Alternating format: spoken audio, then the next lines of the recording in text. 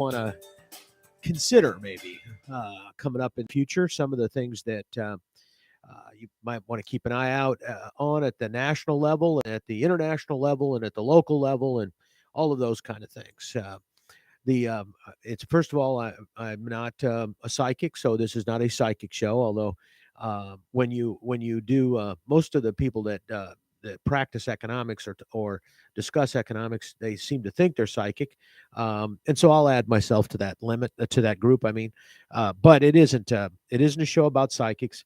I'm not going to predict the future. I'm not going to tell you how to make tons and tons of money and be retired in comfort and ease, like Ray Lucia. He knows how to do those kind of things.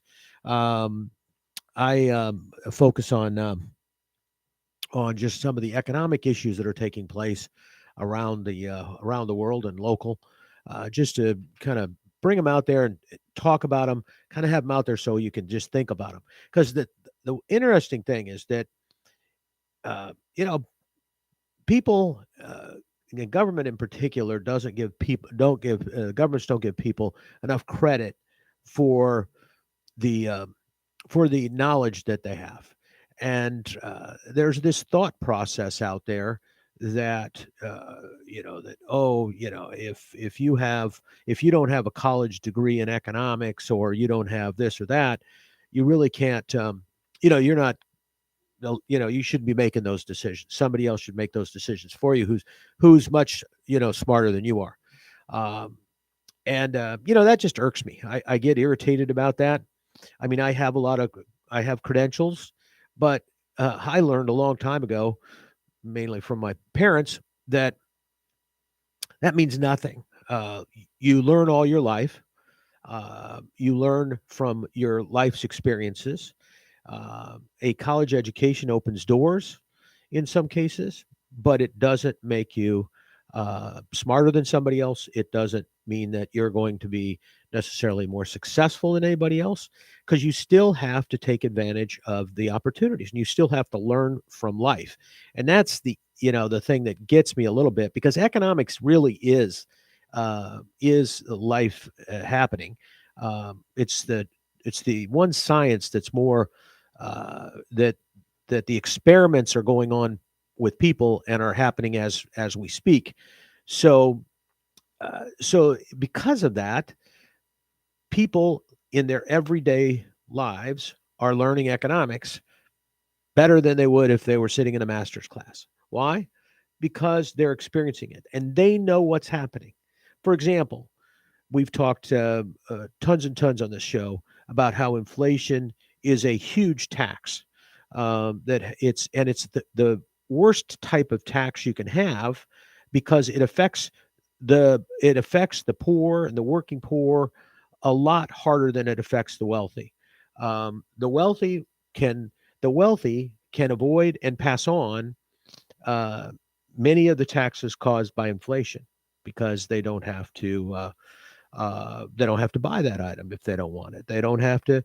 It's not something they need to live. It's not something they need to do to survive. Whereas the average person, working person like me, like you, we have to have food on the table for our family. We can't just say, well, you know, meat's up this month, so we're just not going to eat.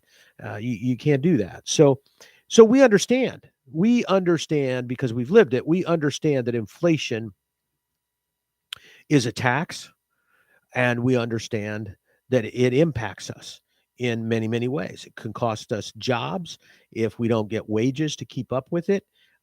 We end up behind. We're not just because we're making more money. If we're not making more money relative to inflation, we're making less money. We understand that. We understand that if inflation is 7% and we get a 3% raise, we're 4% behind. We lost 4%. We understand that if we have a certificate of deposit and we're retired, and we have a CD or a bond that pays 4%, um, and the market is 8%, that we're losing out. That we're missing that opportunity, that we're not going to have the money to buy what we need to buy if inflation is 8%. And so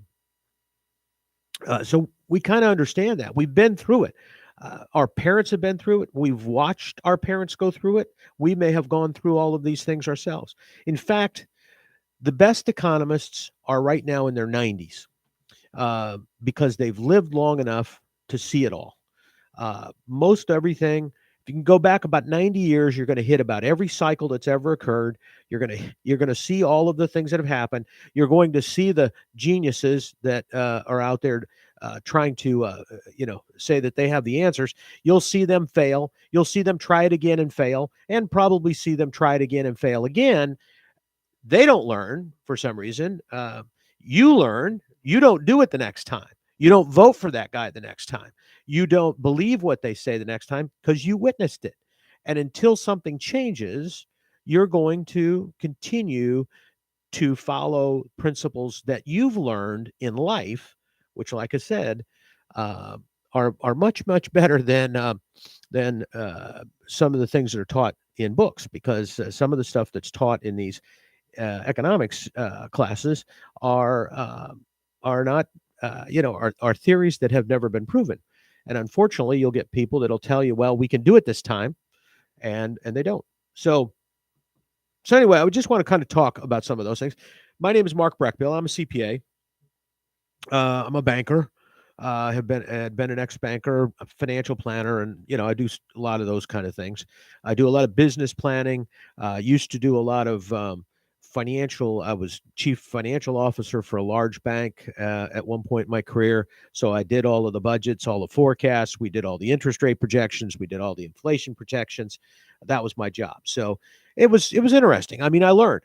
Why did I learn? Not because of the macroeconomics and microeconomics classes I had at Bradley University in a graduate class, not those, but rather from seeing what happened, watching what was happening to my business, my bank, my clients, or my customers' businesses, and what impacts happened and didn't happen, what took place and didn't take place. Some of my career was in the Midwest.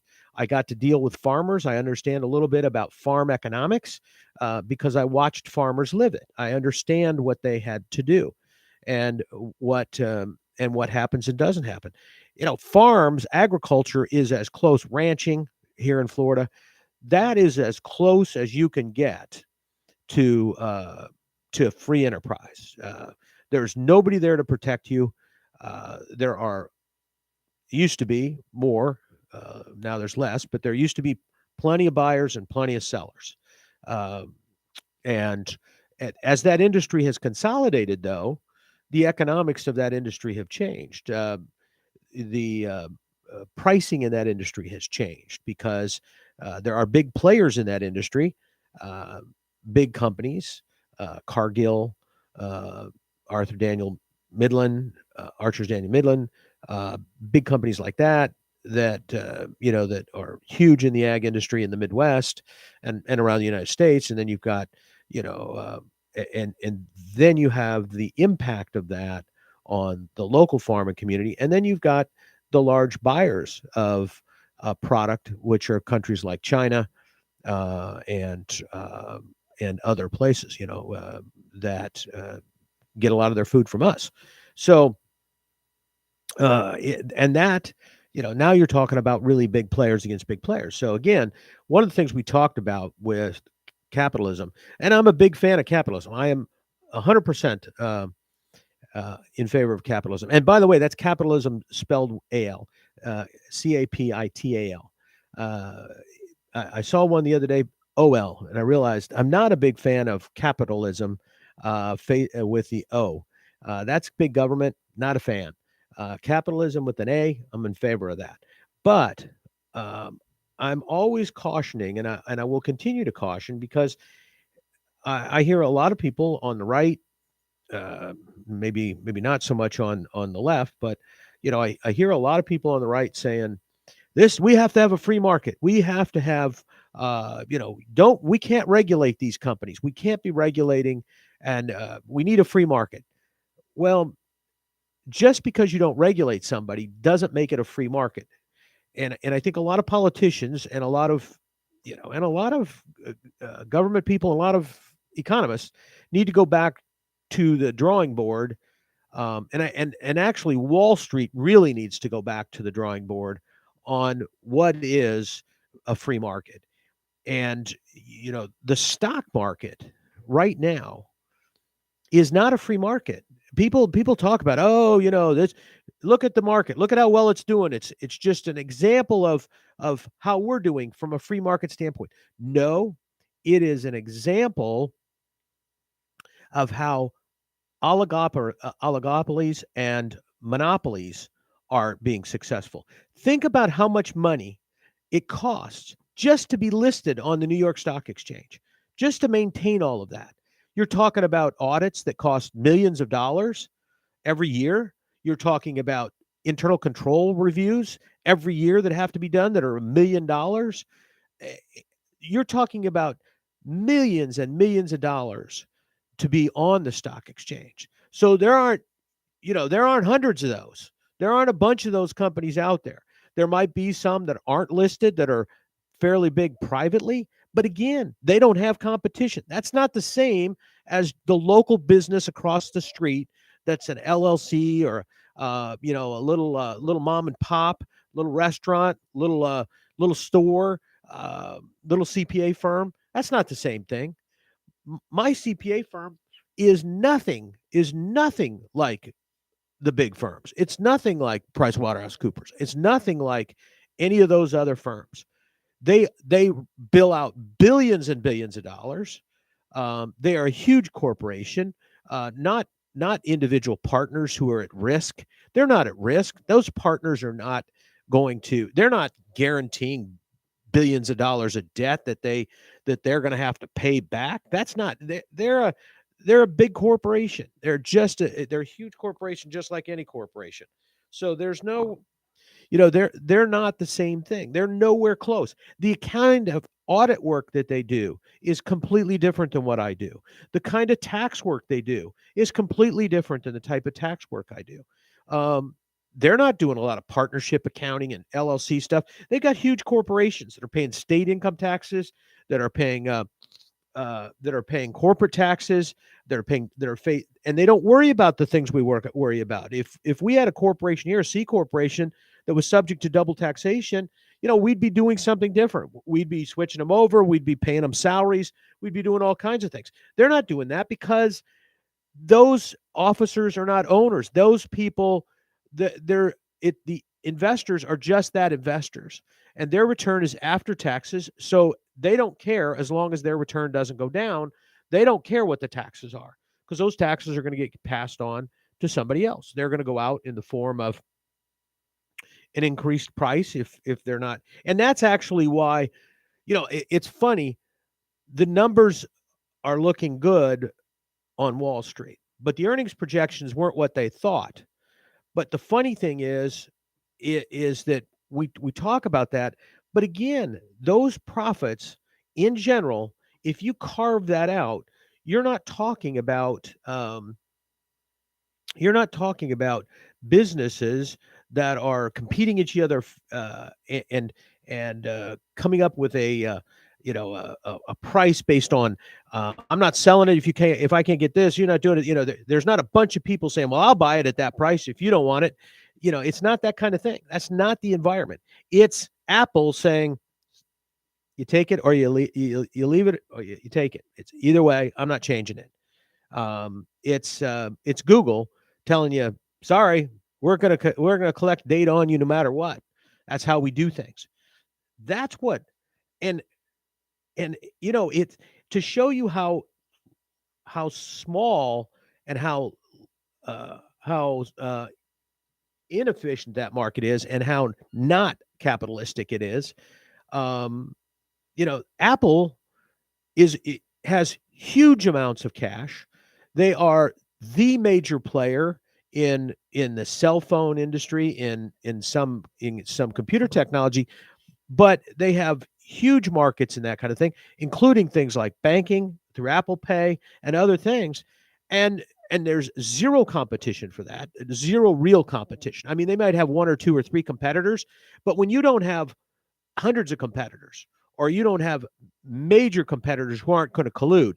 For example, what am I talking about? So if I'm Google and I'm Apple, and Apple says, you know what? We're not giving you a credit for your phone when you turn it in. Too bad. You pay it off, you buy a new one. We're not giving you a credit. So that's it.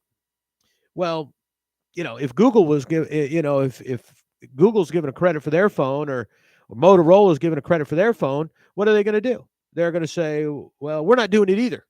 Why? Because they don't have to, because Apple is not going to do it. So why should they cut into their profits? I mean, they might try it initially, thinking that they might make a little more money, but they're not going to, because they're not going to shoot themselves when they could increase their profits equally. And when there's no competition, no real competition, they don't have to do that. But the point, though, is Apple is so large that it is a part of other indices on the stock exchange.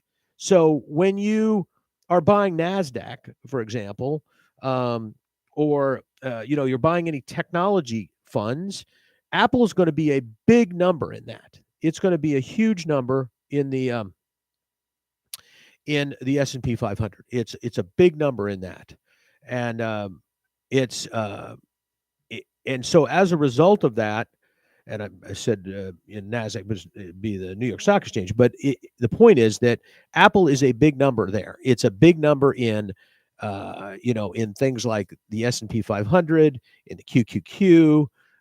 It's in the Dow. It's a big portion of that. So when Apple goes down, the market goes down. When Apple goes up, the market goes up.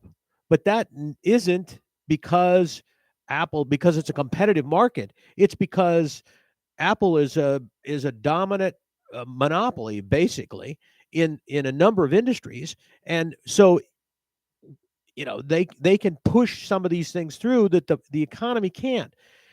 And that's why it's not appropriate to look at the stock market and say, oh, the stock market's up, the economy is good. That's not the case necessarily. The stock market is up because some of the big players have been able to eliminate competition further, so that they're now more dominant, right? That's what's really happening. They're pushing their profits higher because they can. And the more they eliminate competition in any form, the the the more they can push those profits higher. Now, you say, well, and that's why they have to be regulated, because when they get to the point that there are no checks and balances in the economy, you will not have a fair price. And so, from a practical standpoint, you can say, okay, don't buy Apple, but we've gotten to the point where certain products have become dominant. They have become so dominant that they can get away with any pricing that they want, and then you get into a lot of inequities in the market, because unfair competition causes a lot of inequities. It causes businesses that might be able to compete down the road to go away. That's one of the purposes of regulation. Good regulation, and I use that loosely because most regulation is not good. The government doesn't know, but good regulation doesn't eliminate the business. Good regulation steers it so that it's a level playing field as much as possible. So, for example, going back in history, um, AT&T.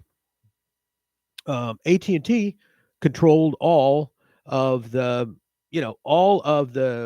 phone lines in the country. So they had all of those phone lines, all of that capacity. It would have been impossible for other telephone companies to come in and redo all of that cabling, right? So AT&T at the time could charge whatever they wanted to charge, because they were the only game in town, and the cost of getting into that business was huge. You couldn't do it. You couldn't go out and put that infrastructure in. It would have been, in those days, billions of dollars. So what did the government do? Well, they didn't take over AT&T. The government didn't step in. They could have. That's a form of regulation. They could say, you know what, this product, this infrastructure, this capacity is so important to the American economy, the American people, that we're going to nationalize it. All right, they've done that in a lot of communist countries, a lot of socialist countries. They nationalize um, major major companies. They've nationalized banks. They've nationalized communications companies and all kinds of things that they want to control. But so that is a way to regulate. That is not the way to regulate in a market that's that you're hoping to be a free market, or that you're trying to move towards a capitalistic market. That's not the way to regulate that. The way to regulate that is to allow competition in some manner. So, for example, in the AT&T situation, they broke up some of the market, said you're not the only player in this market now, and you have to lease the cable capacity, the infrastructure capacity. You have to lease that to these other companies at this price. They controlled the price that AT&T could charge for the thing that it had the monopoly in. The monopoly was in the infrastructure, not in the service, not in the products or anything else. It was the infrastructure. So they created the competition in the infrastructure, and they created the competition in the other stuff, and stopped the lack of competition in the infrastructure portion. So, so what happened? Well, we ended up with the breakup. The breakup of the Baby Bells. They all split up, and they all kind of changed. And what happened? Well, most of it morphed into wireless technology, where now they can compete. Verizon certainly is as big or bigger competitor than AT&T, and yet Verizon in the day was one of the Baby Bells. It was one of the ones. So you know that's somewhat of a success story. Um, it didn't create a free market, because these large utilities are still largely don't have competition. There still is no, and they're trying to work on that in that industry, but we don't have free market, but we have a freer market, so that some portion of the market, there's a more stable price that's not determined by the government, and hopefully that market can be encouraged to grow later on into a freer market, so that we have a fair price. And so that's kind of what's going on. But and it's interesting. I mean, when you really look at it, as to what's happened historically. But that's why I say people have learned from this. Most people have lived through this. My age, 66. I've lived through a lot of this stuff. Business wise, I went through a lot of it. My parents went through it. I learned from my parents. My grandparents went through some of it. I learned from that. My grandparents were farmers, so I learned a little bit about that business. My other grandparents were in the ag business for a while. They were in the livestock business. So, I've had a little bit of experience with some of this stuff, and it's kind of interesting to see. And I understand what happens when markets become uh, uh, when they shift to one provider or one product, or one uh, person that's delivering it becomes um, the sole provider. It just doesn't work. It's funny, um, in in agriculture, in ranching, uh, but in agriculture, because I'll talk about the Midwest. Uh, you you could go out into the farms in downstate Illinois, and you'd look at those farms, and you'd look at the farmers, and they were all kind of doing the same thing. But this farmer over here was hugely wealthy, and this farmer over here was dirt poor. And you'd look at it, and they were both doing the same thing. They both um, were producing the same product. They were basically producing it the same way. So why was it that one's wealthy and one's, but it's who owned the land? The land made the difference. In the 70s, late 70s in Illinois, downstate Illinois, some of the best farmland in the United States, some of the most fertile farmland in the United States, was selling at that time for $2,000 an acre. And if you had 10,000 acres, which was a nice size to be able to farm efficiently, because what happened in the farming industry, and this is true today, there are no family farmers anymore. It is too expensive now. That industry has developed to the point where it's large corporate farms. Yeah, there's some farmers out there that are trying to make a living, and they're just, they're not getting it done. The reason they're not getting it done is not because they don't know what they're doing. They're not knowledgeable. Most of them have really good degrees from the University of Illinois in agriculture and animal whatever and all of those kind of things. So they know what they're doing. They understand chemistry way better than I do, uh, but they don't own the primary product or resource, I should say, in what they produce, and that is the land. And why don't they own it? Well, it's a combination of government taxation and interference over the year, and it's also a product of really bad decisions from a family planning standpoint. And what I'm getting at is that uh, farms got handed down to the sons, not to the daughters.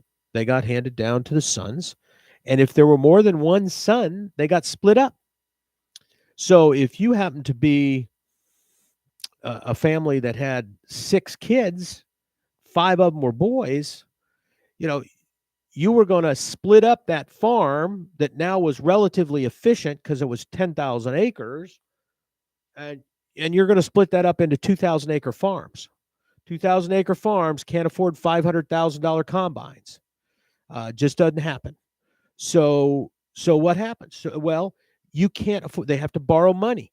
They have to borrow money to farm additional land because they can't cover their costs and be competitive on 2,000 acres. They have to have 10,000 acres. So what are they doing? They're going out and renting 10,000 acres. Probably, believe it or not, probably from somebody who had all girls. This guy had all girls, so he wasn't giving the farm to anybody, but he gave the land to the daughters, and they renting it out to a bunch of other dumb people who are paying them a bunch of money, and so they're sitting collecting a rent check, and these guys are out there busting their butt and not making any money. So it was really funny because that these guys and they were just as hardworking. But again, if you don't have that resource so that you can reach a certain size in that industry, you go away. And eventually, farming used to be considered it used to be the prime example. When somebody talked about free markets, farming used to always be the subject that they talked about. And farming has been a subject in taxation for generations. Save the family farm, get rid of estate tax, no death tax. Um and and that's why, because they wanted to save the family farm. uh, the family farm doesn't exist. If it is, it's a corporate family farm, and it has hundreds of employees and thousands of acres that it's managing. But they basically, there's no such thing, that concept, because the economies of scale on farming got to be so large that only the big could do it, and there weren't that many of those. So now when you start looking at agricultural products, you're not having products being produced by a bunch of farms that are out competing against each other. That's just not happening. We see a lot of farms. For example, let's take out in the Everglades. We see a lot of farms out in the Everglades. A lot of independent farmers out there. Most of those farmers are either parts of co-ops, or they are actually farms that are owned by U.S. Sugar or Florida Crystal.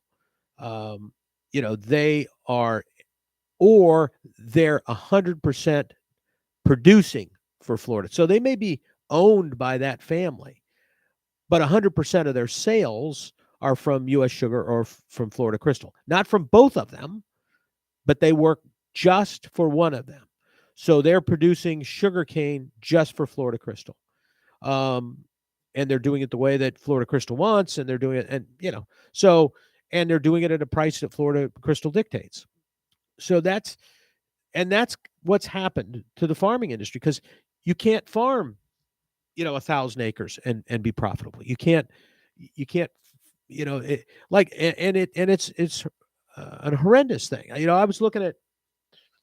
I was looking at ranch land recently.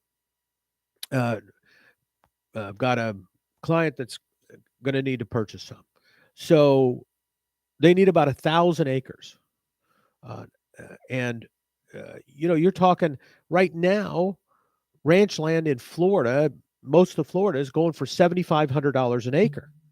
So 1,000 acres, we're talking $7.5 million.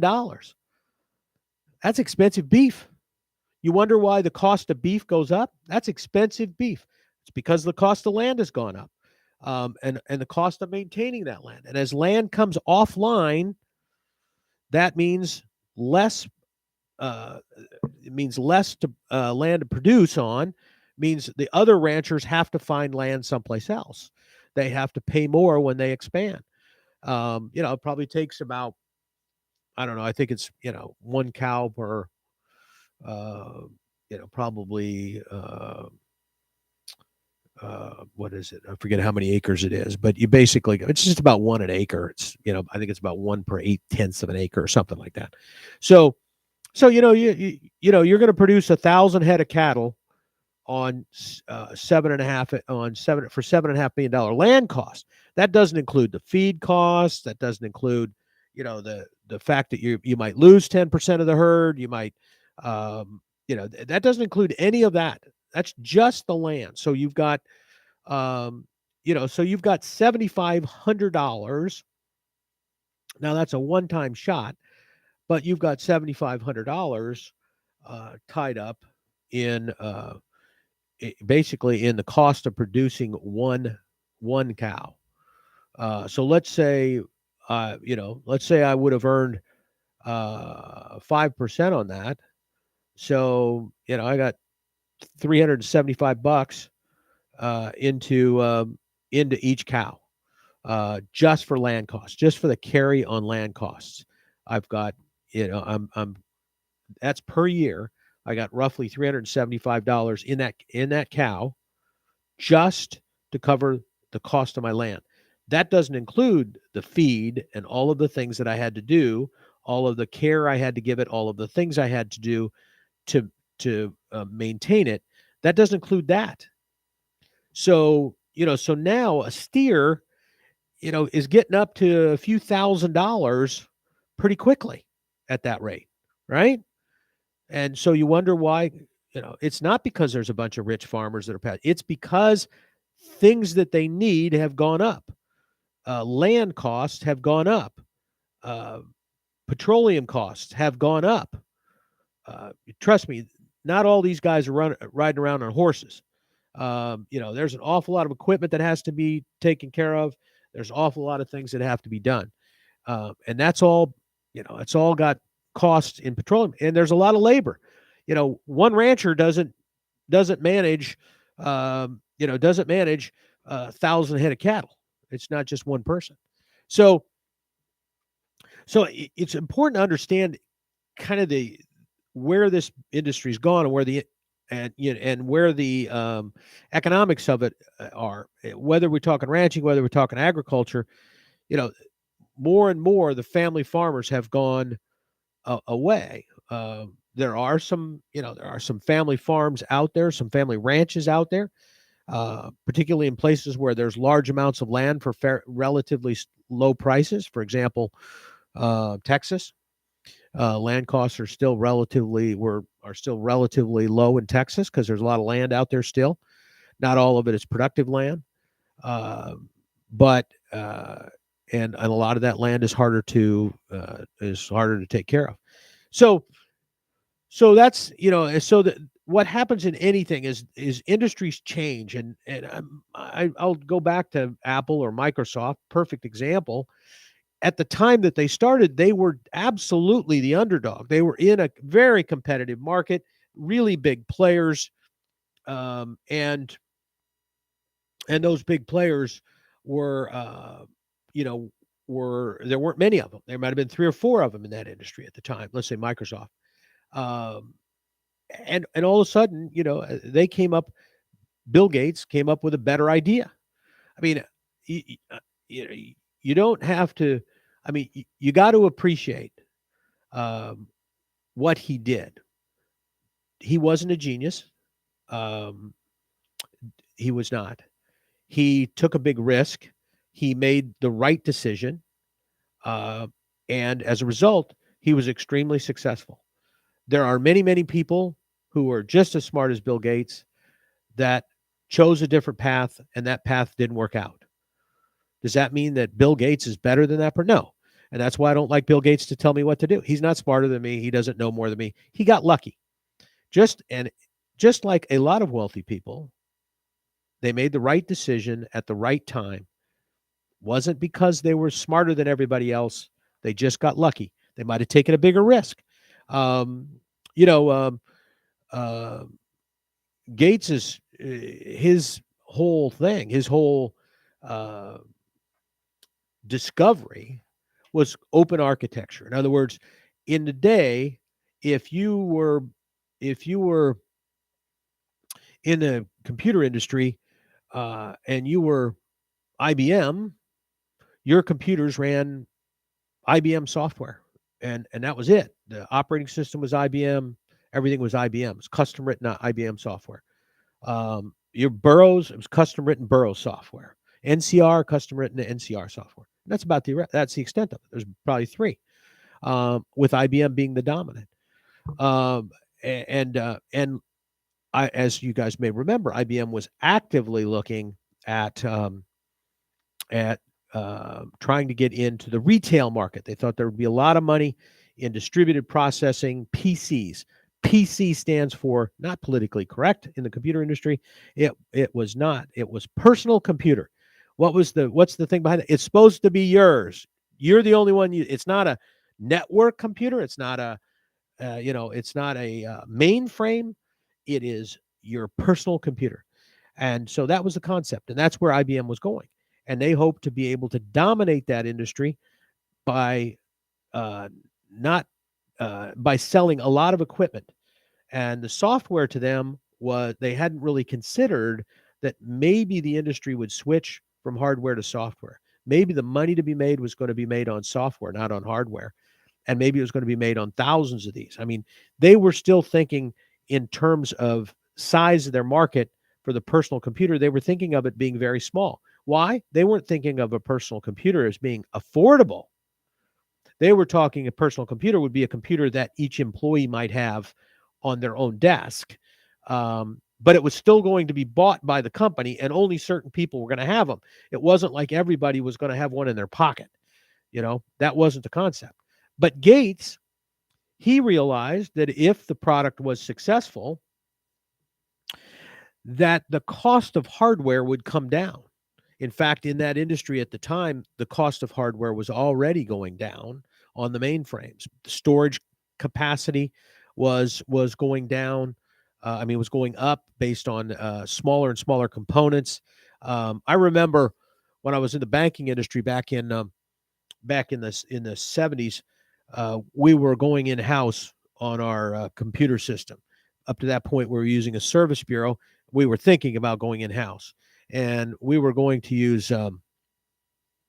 We had an IBM System 32. Software was RFP. I think it was called. But anyway, it was all IBM stuff, right? And that's the way the product worked. It was IBM software and everything else. And I remember it was just the machine itself was about the size of a desk. It was almost exactly the size of a desk. And, it was amazing because it could run a whole bank. Whereas you would go to the service bureau and it had these huge mainframes and everything else. So then I was later on moved on. I was chief financial officer of a larger bank who was a NCR shop. They, I think, was no, they were Burroughs. They were Burroughs shop. So they were trying to sell their Burroughs PCs, which were actually designed to be network PCs, not designed to be personal. So they didn't call their personal computers. Theirs were. Then they ran an operating system called BTOS, which was, the Burroughs version of DOS.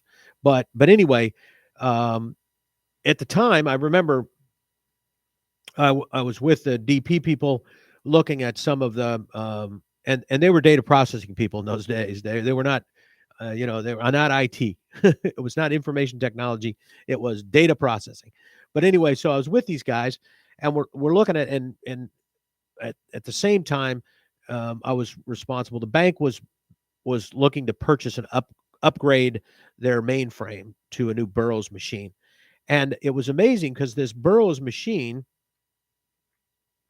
was was a little bit larger than that old IBM 32. And now this is a mainframe that's going to run a $1 billion bank, right?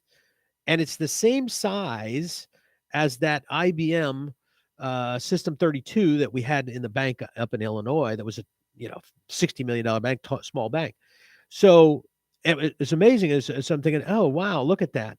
What made it even more amazing is they opened up the machine to show us what the inside looked like, and only a third of it was filled up. The other 2/3 was completely empty, nothing in it.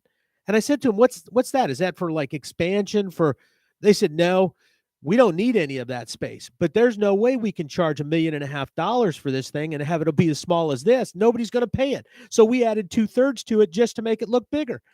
So anyway, that was I thought that was a little bit humorous. But so there's where the industry was going small and going and maybe not needing as many of these. And Bill Gates said, "You know what? I will give you my code. I'll show you how my software is written.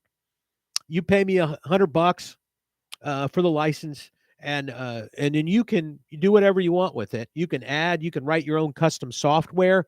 Well, that created huge opportunities for other smaller companies to write custom stuff, to write software for the banking industry or software for the accounting industry, and for doing your taxes and all those kind of things, because it wasn't isolated to just Burroughs or IBM. It was anybody could do it because they knew how the operating system worked. And so that's what happened.